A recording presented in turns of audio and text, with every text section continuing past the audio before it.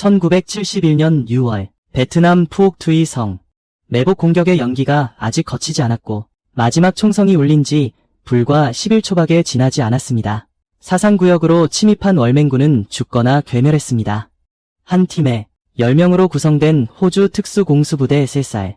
순찰대가 수풀 속에 미동도 없이 6시간 동안 잠복해 있었습니다. 전술 교범에 따라, 훈련 요구사항에 따라 그들은 즉시 철수해야 했습니다. 적을 매복 섬멸하고 적의 지원군이 도착하기 전에 빠져나오는 것. 이것은 특수작전의 철칙입니다. 하지만 프랭크 캐시모어는 조금도 움직이지 않았습니다. 그의 시선은 밤을 뚫고 30m 떨어진 시체 한 구를 뚫어지게 응시했습니다. 그것은 한 명의 흙 속에 엎드려 있는 월맹군 지휘관이었고 어깨에는 캔버스 서류 가방이 비스듬히 메어져 있었습니다. 캐시모어는 너무나 잘 알고 있었습니다. 이 서류 가방에 무엇이 들어있을지. 지도, 명령, 푸옥투이 성 전체에 적군 배치에 대한 핵심 정보를 드러낼 수 있는 것들 말이죠. 그는 또한 잘 알고 있었습니다. 월맹군 지원부대가 이 방향으로 빠르게 접근하고 있다는 것을 말이죠. 살상구역은 여전히 위험으로 가득 찬 죽음에 덫이었습니다. 교범에는 명확히 쓰여 있었습니다. 매복 공격이 끝난 후에는 절대로 살상구역으로 돌아가지 말라고요.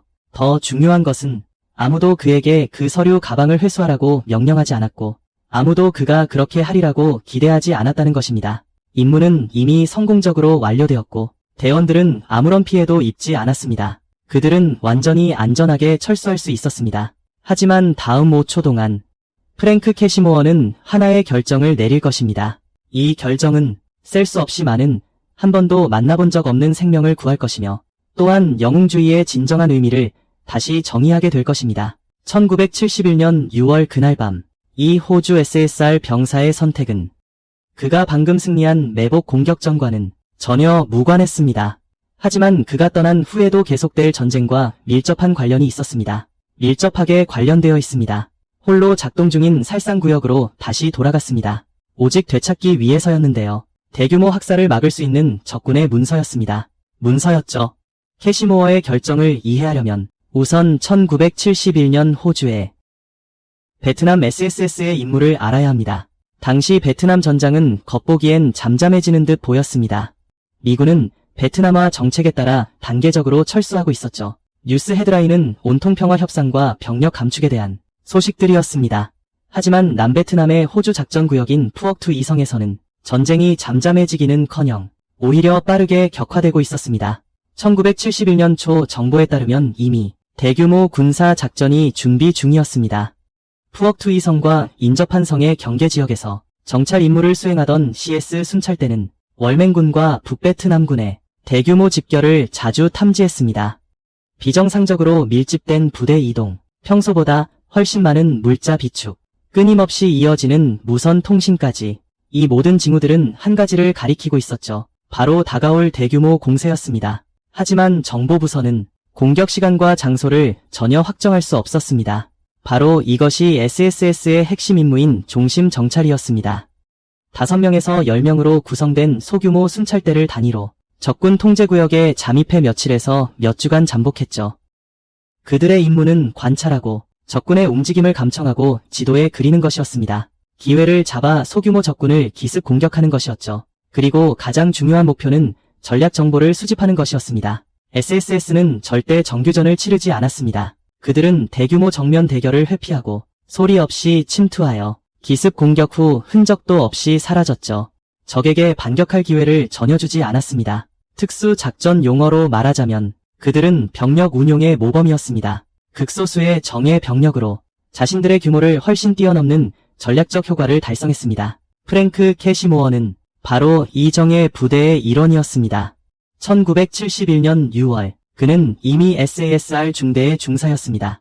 이것은 그의 두 번째 베트남 파병이었습니다. 1968년 첫 파병 때부터 그는 순찰대를 이끌고 월맹군 호송대를 기습 공격하며 이름을 알렸습니다. 한 번의 전투로 적군 18명에서 20명을 사살하며 일약 스타덤에 올랐습니다. 부대 전사에 기록되었으며 당시 함장 포상까지 받았습니다. 이 전과로 그는 부대에서 공인된 가장 험난한 임무를 완수할 수 있는 정찰대 지휘관이 되었습니다. 3년 후 베트남으로 돌아온 캐시모어는 더욱 노련해졌고 더욱 침착해졌습니다. 그는 식인 매복 순찰대를 이끌고 적군이 집결한 미지의 지역으로 깊숙이 침투합니다. 아무도 몰랐습니다. 전세를 바꿀 만큼 강력한 폭풍이 이 정글 속에서 조용히 싹트고 있다는 것을요. SS의 표준 절차에 따르면 이번 임무는 아주 평범했습니다. 알려진 적군 침투 경로에 매복하고 인내심을 가지고 기다리는 것이죠. 적합한 목표물이 나타나면 순찰대, 보급대 또는 지휘분대가 공격을 개시하고 섬멸하는 것입니다. 그리고 지원군이 도착하기 전에 철수하는 거죠. 이것은 수년간의 정글 전쟁을 통해 다듬어진 표준화되고 효율적인 전술 절차였습니다. 하지만 규정에는 한 가지 암묵적인 전제가 있었습니다. 총성이 멈추면 임무는 끝난다는 것, 생존이 모든 것에 우선한다는 것이었죠. 병사들은 훈련 요구 사항만 완료하면 되었고 그 이상은 할 필요가 없었습니다. 하지만 프랭크 캐시모어는 이 모든 전제를 깨뜨릴 참이었습니다. 매복 지점의 선택은 정보 분석과 지형 판단의 완벽한 조합이었습니다. 국경 근처의 작은 길 교차로였는데 빽빽한 수풀이 훌륭한 은폐와 엄폐를 제공했고 시야가 탁 트여 화력을 발휘하기 좋았습니다. 또한 여러 개의 사전 설정된 철수 경로도 있었습니다. 순찰대는 밤을 틈타 진지에 잠입합니다. 10명의 대원들은 각자 며칠을 버틸 수 있는 탄약을 짊어졌고 물과 식량도 휴대했습니다. 지휘부와 연락할 무전기도 가져갔죠. 살상 범위를 넓히기 위해 확장 지뢰를 설치했습니다. 그들은 각자 위치에 자리 잡고 정글 속으로 완전히 사라졌습니다. 이것은 전쟁에서 가장 잘 알려지지 않은 면모이자 영화에서는 결코 보여주지 않을 장면입니다. 기나긴 기다림. 몇 시간 동안 절대적인 정적, 움직일 수 없습니다. 심지어 숨소리조차 조용히 해야 합니다. 아무도 없는 작은 길을 응시하며 덤불 속소리에 귀 기울입니다. 가끔씩 새소리와 벌레 소리, 그리고 덤불을 스치는 동물들의 스스스거리는 소리가 들립니다. 가려워도 긁을 수 없고 근육 경련을 완화하기 위해 자세를 바꿀 수도 없습니다. 피부를 물어뜯는 모기와 벌레를 쫓을 수도 없죠. 아주 작은 움직임이라도 매복 진지 전체를 노출시킬 수 있기 때문입니다. 그래서 당신은 그 자리에서 시간과 생리적 본능에 맞서 싸워야만 합니다. 인체는 본래 이런 고문에 적응하지 못합니다. 1시간 잠복 후 근육 경련이 시작되고 2시간 후 뇌는 환각을 일으킵니다. 작은 길 위의 흔들림이 과연 바람에 흔들리는 나뭇가지의 그림자인지 아니면 적의 모습인지 4시간 후 정지 상태를 유지하는 데 필요한 규율은 이미 순수한 생리적 부담이 됩니다. CIS 병사들은 이를 위해 혹독한 훈련을 받았습니다. 그들은 매복 진지에서 연속으로 하루 종일 잠복하는 연습을 했죠. 조금도 움직이지 않고 말입니다. 그들은 호흡과 심박수를 늦추는 법을 배웠고 신체적 불편함을 무시하는 법을 배웠으며 모든 주의를 임무에 집중시켰습니다. 하지만 훈련으로 정신적인 압박까지 없앨 수는 없었습니다. 당신은 분명히 알고 있습니다. 적이 언제든지 나타날 수 있다는 것을 당신은 분명히 알고 있습니다. 다음 10초가 생사를 결정할 것이라는 것을 당신은 분명히 알고 있습니다. 모든 것이 타이밍에 달려있다는 것을, 규율, 그리고 엄청난 압박 속에서의 순간적인 결단력의 말입니다. 카시모어와 그의 대원들은 그렇게 6시간을 기다렸습니다. 자정이 다가올 때까지 말이죠. 그들은 마침내 말소리를 들었습니다. 작은 길에서 발소리가 들리고 어둠 속에서 몇 개의 인형이 나타납니다. 달공 순찰대가 천천히 매복 지역으로 들어오고 있습니다. SS의 매복 전술은 초 단위로 정확한 절차를 가지고 있습니다. 순찰대 지휘관, 즉 카시모어는 공격 개시 타이밍을 통제하고 있습니다. 그는 인내심을 가지고 기다려야만 했습니다. 최대한 많은 적들이 살상 구역으로 들어올 때까지 말이죠. 그리고 확장 지뢰를 수동으로 폭파시키거나 직접 사격하여 공식적으로 기습을 개시했습니다. 전술 목표는 단 하나, 완벽한 기습을 달성하는 것이었습니다. 적들이 반응하여 엄폐물로 숨기 전에 가장 빠른 속도와 맹렬한 화력으로 가능한 한 많은 목표를 사살하거나 격퇴해야 했습니다. 적들이 무슨 일이 일어났는지 파악하기 전에 속도와 폭력으로 그들의 저항을 무너뜨려야 했습니다. 카스모어는 숨을 죽였습니다. 월간 보급 순찰대가 살상구역으로 한 걸음 한 걸음 더 깊이 들어오는 것을 지켜보면서요. 인원수를 세고 상황을 평가하며 손가락은 살짝 방아쇠 위에 올려져 있었습니다. 그리고 그는 공격 명령을 내렸습니다. 정글은 순식간에 포화로 갈라졌습니다. 확장 지뢰는 상징적인 폭발음을 내며 수백 개의 쇠구슬이 살상구역을 휩쓸었습니다. 소총 화력은 전개되었고 야광탄은 밤하늘을 갈랐습니다. 전체 교전은 불과 몇 초밖에 지속되지 않았습니다. 총성이 멈췄을 때 작은 정적은 죽음과 같은 고요함에 잠겼습니다. 적군은 심각한 사상자를 냈습니다. 순찰대 전체가 완전히 전멸했습니다. 쓰러진 적들 중에는 특별한 신분의 인물이 있었으니 바로 그 월간 보급 지휘관이었습니다. 그의 장비와 그리고 뾰족한 앞부분의 캔버스 서류 가방을 보면 판단할 수 있었습니다. 그는 결코 평범한 병사나 하급 장교가 아니라는 것을요. 이 서류 가방 안에는 지도가 들어있을 가능성이 매우 높고 명령, 적군의 작전 계획이 담겨 있을 것입니다. 바로 이것이 그들이 그토록 애타게 찾던 정보였습니다. 그것은 바로 다가오는 공세의 핵심 열쇠였죠. 하지만 서류 가방은 30m 떨어진 살상 구역 중앙에 있었습니다. 그리고 임무는 이미 끝났죠. 표준 전술 교범의 요구사항은 명확했습니다. 즉시 철수할 것, 절대 지체하지 말 것, 총성은 적의 증원군을 불러올 것입니다. 머무는 시간이 길어질수록 포위당해 전멸할 확률은 더욱 높아졌습니다. 모든 SAS 병사들은 이를 숙지하고 있었습니다. 이것은 훈련 중 반복적으로 강조된 철칙이었죠. 기습 전술의 핵심은 속전속결이었습니다. 치고 빠지는 것이죠. 절대 뒤돌아보지 않아. 시체 수색, 전리품 약탈, 유일한 목표는 철수. 순찰대는 철수 준비를 시작한다. 무기 장비 점검, 신속하게 인원 확인, 전원 안전 확인, 철수 경로는 명확하고 막힘이 없어. 바로 그때 프랭크 캐시모어는 모든 사람을 놀라게 할 예상치 못한 결정을 내린다. 그는 돌아갈 거야. 캐시모어는 부지휘관에게 말했다. 팀에게 철수 준비를 하라고. 그리고 그는 홀로 살상 구역 방향으로 걸어갔다. 아무도 그에게 이렇게 하라고 명령하지 않았어. 어떤 전술적 요구도 그에게 강요하지 않았어. 임무 목표인 적군 순찰대 선멸과 관찰을 통한 정보 수집은 이미 모두 달성되었어. 순찰대는 대승을 거두었어. 공명의 사상자로 완벽한 승리를 거두고 무사히 철수할 수 있었지. 하지만 캐시모어는 그 서류 가방을 보았어. 그는 이해했어. 서류 가방 안에 물건이 가질 수 있는 가치를.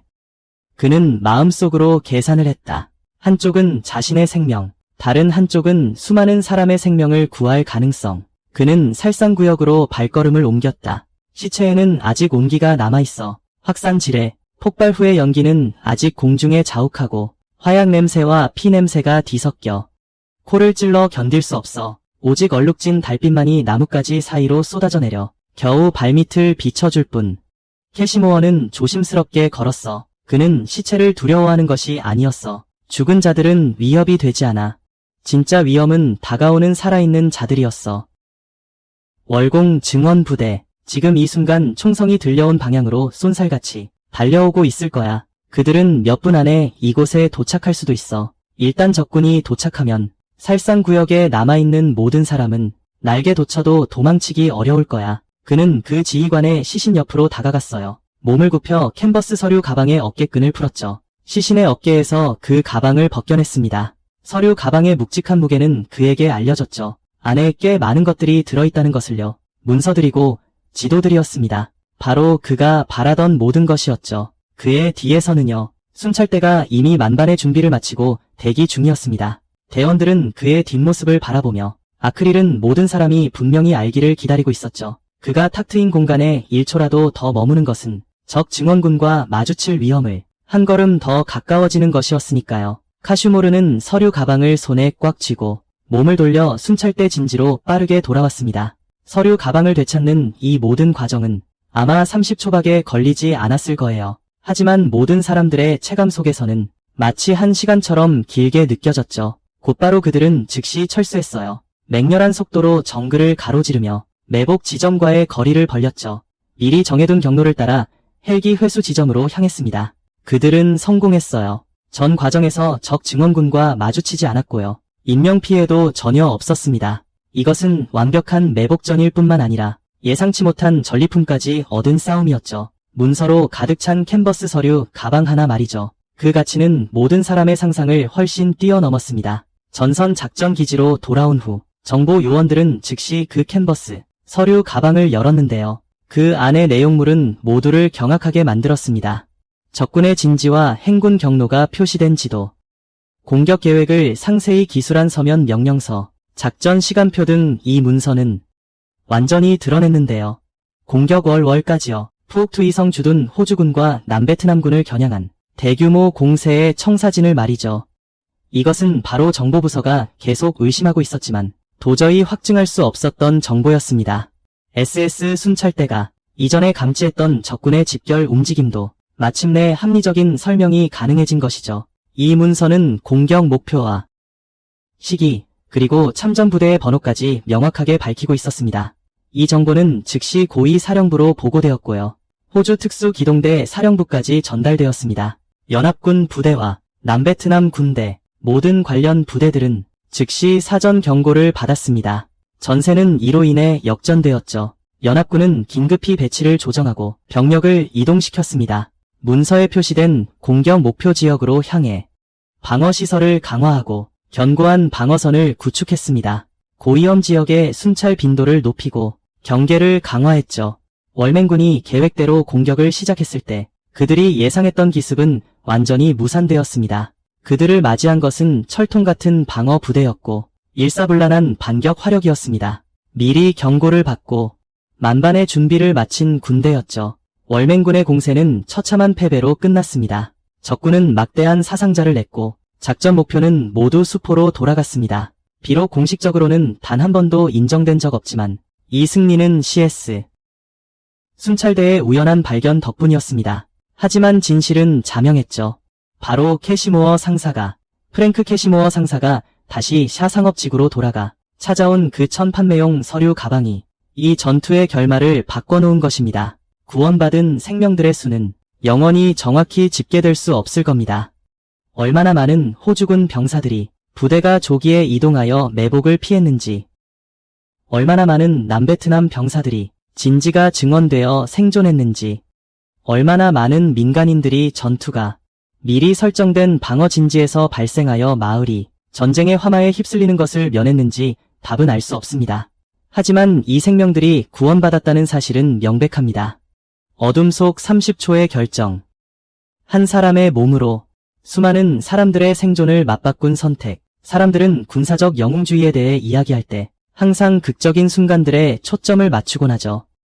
포화를 뚫고 돌격하는 모습, 식량이 바닥나 필사적으로 저항하는 모습, 소수로 다수를 압도하는 경이로운 역전승 같은 것들 말이죠. 이런 이야기들이 감동적인 이유는 직관적인 시각적 충격과 강렬한 감정적 공감대를 형성하기 때문입니다. 이것은 인간과 위험의 대결입니다. 고압 속에서 용기가 피어나는 순간이죠. 삶과 죽음의 궁극적인 선택입니다. 하지만 프랭크 캐시모어의 영웅주의는요, 완전히 다릅니다. 그는 더 침묵하고 더 내성적이죠. 전쟁을 직접 겪어보지 않은 사람들에게는 이해하기 더 어렵습니다. 왜냐하면 그가 선택을 했을 때 총성은 이미 멈춘 뒤였고 위협은 눈앞에 닥친 것이 아니었거든요. 어둠 속에 잠재된 가능성이었죠. 그는 눈앞에 부상당한 전우를 구하는 것이 아니었습니다. 오히려 얼굴도 모르는 미래의 전투에서 위험에 처할 낯선 사람들을 구한 것이죠. 그의 행동은 서류 가방 안에 정보가 있을지도 모른다는 추측에 기반한 것이었습니다. 이것이 바로 영웅주의와 용기의 차이입니다. 용기는 위험에 직면했을 때의 본능적인 반응이지만 영웅주의는 안전을 선택할 수 있는 상황에서도 스스로 위험을 향해 나아가는 것이죠. 캐시모어의 모든 선택은 영웅적인 행동의 모든 정의에 완벽하게 부합했습니다. 1. 자발적으로 극심한 위험 속에 몸을 던진다. 아무도 그에게 서류를 회수하라고 명령하지 않았습니다. 그에게 그렇게 하도록 강요하는 전술적 필요도 없었죠. 그는 순찰대와 함께 완전히 철수할 수도 있었습니다. 그의 판단에 의문을 제기할 사람도 없었을 거예요. 하지만 그는 자신을 위험에 빠뜨리는 선택을 했습니다. 안전규정을 공개적으로 위반한다. 표준 매복 절차는 즉각적인 철수를 요구합니다. 살상구역에 단 1초라도 머무는 것은 모든 병사의 생명을 보호하는 규칙을 위반하는 것입니다. 캐시모어는 이를 잘 알고 있었습니다. 그는 수많은 관련 훈련을 받았죠. 하지만 그는 잠재적인 정보 가치를 위해 의도적으로 규정을 무시했습니다. 3. 행동의 출발점이 완전히 타인을 위한 것이다. 서류를 회수하는 데에는 어떤 개인적인 이득도 없었습니다. 이것은 전공을 세울 수 있는 전투 영웅의 행동이 아니었습니다. 이것은 묵묵히 수행되는 정보 작업이었죠. 그가 이렇게 한 유일한 목적은 앞으로 몇 주 안에 적군과 교전하게 될 전우와 동맹국 병사들을 보호하는 것이었습니다. 4. 즉각적인 전황을 넘어서는 전략적 영향력을 발휘한다. 이것은 우발적인 교전에서 승리하기 위함이 아니었습니다. 순찰대를 구하기 위해서가 아니었습니다. 카스모어가 가져온 정보는 부이수이성의 전체 작전 계획을 바꿨고 그가 한 번도 참여한 적 없는 전투에 영향을 미쳤으며 그가 한 번도 만나본 적 없는 생명을 구했습니다. 5. 임무를 위해 기꺼이 자신을 희생했습니다. 카슈모어는 분명히 알고 있었습니다. 만약 적의 증원군이 그가 머무르는 동안 살상 지역에 도착했다면 그는 전사할 가능성이 매우 높았을 것이라고요. 그는 이 위험을 감수했고 여전히 행동을 선택했습니다. 바로 이것들이 군사 전통에서 용기를 정의하는 핵심 기준입니다. 카슈모어는 단 30초 만에 이 모든 것을 해냈습니다. 수년 후 그가 용맹 훈장을 수여받았을 때 훈장 수여식에서 언급된 공적은 그 완벽한 매복 작전이 아니었습니다. SS에게 있어 성공적인 매복은 원래 일상적인 일이었습니다. 그에게 진정으로 이러한 영광을 안겨준 것은 그 매복 작전이 끝난 후의 결정이었습니다. 살상 지역으로 돌아가 포기될 수도 있었던 서류 가방을 되찾아온 것이었죠. 프랭크 카스모어는 두 번째 베트남 파병을 마치고 호주로 돌아왔습니다. 그는 전역 후 평온한 삶을 살았고 자신의 복무 경험에 대해 공개적으로 거의 이야기하지 않았습니다. 많은 특수부대 병사들과 마찬가지로 그는 자신이 한 모든 일은 그저 마땅히 해야 할 일이라고 생각했습니다. 추가적인 설명이나 찬사는 필요 없다고요. 오직 그와 함께 싸웠던 전우들만이 오직 SAS 부대 내부에서만 그의 이야기를 알고 있었습니다. 수년이 지나서야 역사가들이 호주에 SS가 베트남에서 벌인 작전 기록을 정리하기 시작했고 참전 용사들은 비로소 이 옛 이야기를 조금씩 나누기 시작했습니다. 이 이야기는 비로소 세상에 다시 알려질 수 있었습니다. 1971년 6월 그날 밤 순찰대원들은 그 순간을 영원히 잊지 못할 것입니다. 그들은 정글에서 숨죽이며 기다리며 지휘관이 홀로 살상 지역으로 걸어가는 것을 지켜봤습니다. 그들은 30초간 숨막히는 긴장감을 기억하고 있습니다. 철수할 때의 아슬아슬함과 나중에 서류 가방의 내용을 알게 되었을 때의 충격을요. 그들이 직접 목격한 것은 평범한 매복 작전의 승리가 아니었습니다. 그들이 목격한 것은 한 개인이 본능적인 자기 보존과 올바른 일을 하는 것 사이에서 본성에 어긋나는 선택을 했다는 것이다. 이러한 선택은 고압적인 환경에 익숙하고 어려운 결정을 잘 내리는 특수부대에서조차 극히 드문 일이죠. 왜냐하면 가장 어려운 결정은 결코 전투 중에 내려지는 것이 아니기 때문입니다. 오히려 전투가 끝난 후 직접적인 위험이 사라지고 당신이 이미 안전하며 완전히 돌아서서 떠날 수 있을 때입니다. 그럼에도 불구하고 남기로 선택했을 때죠. 그 압수된 문서에서 드러난 월별 보급 공식은 결국 어떤 목표도 달성하지 못했습니다. 푸스위성 국경에 집결한 월별 보급 및 북악 부대는 막대한 피해를 입었습니다. 연합군은 성공적으로 진지를 사수했습니다. 이 정보가 가져온 이점은 병사들의 용맹한 작전과 더해져 막대한 인명피해를 초래할 수 있었던 공격을 함께 막아냈습니다. 모든 공식 전후 보고서에는 이 SAS 중사의 이름이 전혀 언급되지 않았습니다. 이것이 바로 정보 업무의 특성입니다. 파일은 분석되고 정보는 배포되며 작전 계획은 조정됩니다. 그리고 정보의 출처는 결국 보고서의 한 줄짜리 텍스트가 되어 암호화되어 보관되고 잊히게 됩니다. 이 모든 것을 직접 겪은 사람들을 제외하고는요. 하지만 이 정보의 영향은 실제적이고 심오했습니다. 그것은 살아남을 수 있었던 생명들 속에서, 실패로 돌아간 공격 작전들 속에서, 그리고 미리 대비하여 무사히 돌아온 병사들에게서 나타났습니다. 한 사람, 하나의 결정, 어둠 속으로 홀로 돌아가는 여정. 군사적 영웅주의에 대한 논의에서는 항상 한 가지 질문이 따라붙습니다. 대체 무엇이 한 사람으로 하여금 타인을 위해 자신의 모든 것을 걸게 만드는가? 심리학자들은 이를 연구합니다. 역사가들은 그를 기록했고 군사 이론가들은 그를 훈련과 문화로 키우려 했습니다. 하지만 이 질문의 답은 언제나 모호했죠. 그는 이성적 계산을 뛰어넘는 존재였으니까요. 프랭크 캐시모어는 죽음을 향해 걸어 들어갔습니다. 모든 위험을 알면서도 말이죠. 그는 위험을 과소평가하지 않았습니다. 그의 행동은 결코 충동적이거나 아드레날린의 자극 때문이 아니었습니다. 총격전은 이미 끝난 상황이었죠. 그의 정신은 더없이 맑았습니다. 그는 침착하게 상황을 평가했고 이윽고 선택을 내렸습니다. 가장 간단한 답이 책임인 이유는 무엇일까요? 그는 이렇게 믿었습니다.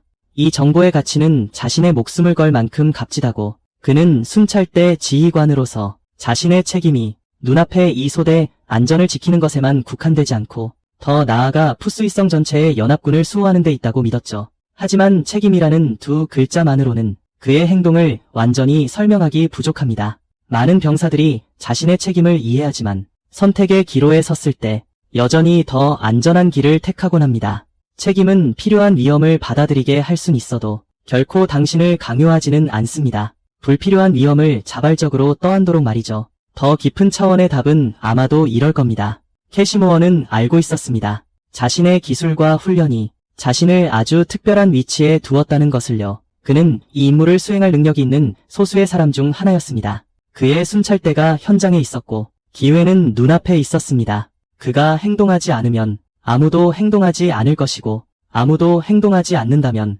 이 정보는 영원히 사라질 것이며 수많은 사람들이 목숨을 잃을 터였습니다.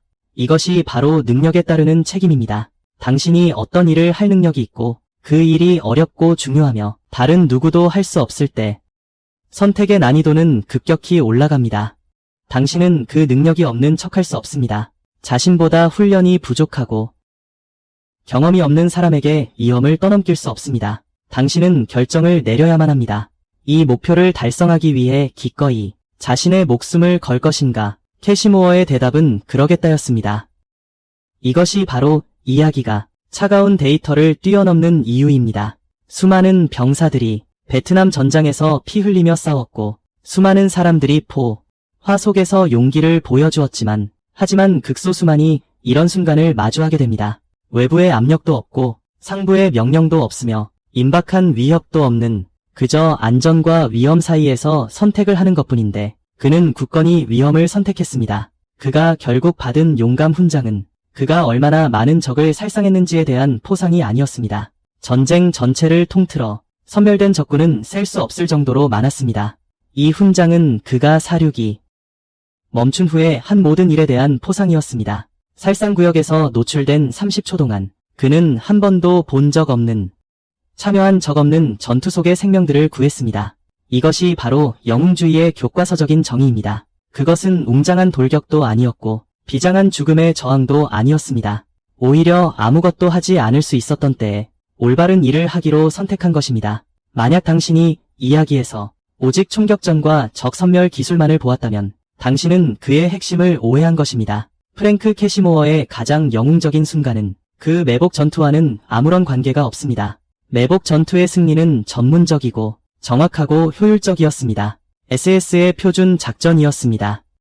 그의 영웅주의는 그가 살상구역으로 돌아가기로 한 그 결정에 있었습니다. 이 차이점은 매우 중요합니다. 그것이 영웅주의의 본질을 드러내기 때문입니다.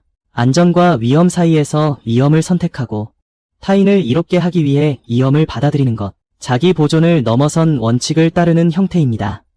전 세계 모든 군대가 이것을 인정합니다. 용감 훈장의 수여는 병사들이 본연의 임무를 완수했기 때문이 아니라 오히려 그들이 본연의 임무 요구 사항을 넘어 예상치 못한 일을 했기 때문입니다. 극심한 위험 속에서 주도적으로 행동을 취하는 것입니다. 캐시모어의 행동은 모든 조건에 완벽하게 부합했습니다. 우리는 이야기를 기억합니다. 전쟁을 미화하기 위함이 아닙니다. 하지만 우리가 병사들에게 기대하는 바를 이해하기 위해서입니다. 그리고 최고의 병사들이 그 기대에 무엇을 바칠지 알기 위해서입니다. 전쟁은 계속되고 있으며 위협은 끊임없이 진화하고 있습니다. 기술은 나날이 발전하고 있습니다. 하지만 핵심적인 논리는 변하지 않았습니다. 잘 훈련된 소수의 병사들이 위험한 환경에서 임무를 수행합니다. 그들의 순간적인 결정이 전략 전체에 영향을 미칠 만한 결과를 낳을 수 있습니다. 이 병사들은 언젠가 캐시모어와 비슷한 순간에 직면하게 될 것입니다. 규정은 당신에게 한 가지를 요구하지만 직감은 또 다른 선택을 알려줍니다. 안전과 임무 목표가 충돌합니다. 아무도 당신을 지켜보고 있지 않습니다. 더 쉬운 길을 선택한다 해도 아무도 당신을 비난하지 않을 것입니다. 그들이 이런 순간에 내리는 결정이 그들의 본질을 정의합니다. 훈련도 장비도 아닌 바로 선택입니다.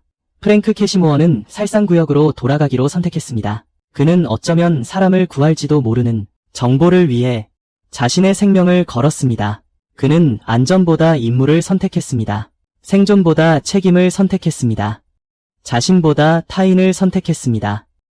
이것이 바로 수십 년이 지난 후에도 역사학자들과 병사들이 호주의 베트남전 참전 역사를 이야기할 때 항상 그의 이름이 언급됩니다. 그가 가장 많은 적을 죽였기 때문이 아닙니다. 가장 치열한 전투를 겪었기 때문도 아닙니다. 바로 그가 모두가 안전하게 후퇴할 수 있는 그 순간에 더 어려운 길을 선택했기 때문입니다. 게다가 그는 성공했습니다.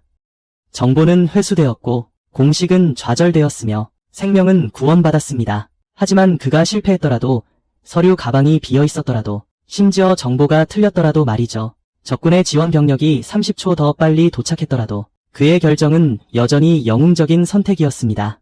왜냐하면 영웅주의를 측정하는 기준은 동기와 위험이지 결과가 아니기 때문입니다. 캐시미어가 살상 지역으로 들어섰을 때 그는 자신이 전사할 수도 있다는 것을 알았습니다. 상황이 악화되면 순찰대가 그를 버리고 철수할 수도 있다는 것을 알았죠. 자신의 희생이 규정 위반으로 인한 자업자득으로 여겨질 거라는 것도 알았습니다. 하지만 그는 갔습니다. 이것이 이야기의 전부입니다. 이것이 이야기의 의미입니다. 이것이 우리가 말하는 전장에서의 진정한 용맹의 의미입니다. 그는 할리우드 영화처럼 웅장한 배경음악도 슬로모션의 아름다운 장면도 없었습니다. 그는 아주 현실적이었습니다. 한 남자가 어둠 속에서 결정을 내리고 단 30m였지만 마치 30km 같았던 길을 걸어갔습니다. 그리고 모든 것을 바꿀 만한 것을 가져왔습니다. 호주 SS는 그를 기억할 것입니다. 그의 순찰대원들도 그를 기억할 것입니다. 이제 당신도 그 이유를 알게 되었습니다. 왜냐하면 1971년 6월 푸옥두이 성에서 있었던 그 매복 작전이 역사에 기록된 것은 완벽한 승리였기 때문이 아니라 그날 밤 누군가 행동으로 진정한 용기가 무엇인지 보여주었기 때문입니다. 훈장은 얼마나 많은 적을 죽였기 때문이 아니라 모두가 떠나기로 선택했을 때 캔버스 서류 가방 하나를 위해 홀로 돌아갔기 때문입니다. 혹시 베트남에서 복무했거나 베트남에서 복무했던 사람을 아신다면, 당신도 이런 이야기를 들어본 적이 있다면, 아무도 모르는 결정이 전황의 흐름을 바꾼 이야기, 아무도 모르게 이루어진 선택이 아무도 주목하지 않는 곳에서 만들어진 이야기 말이죠. 부디 그들을 공유해주세요. 이 순간들은 정말 의미심장합니다. 그것들은 복무의 진정한 의미를 정의합니다. 그것들은 기억될 가치가 있습니다. 그들의 극적인 면 때문이 아니라 그들의 진실성 때문입니다.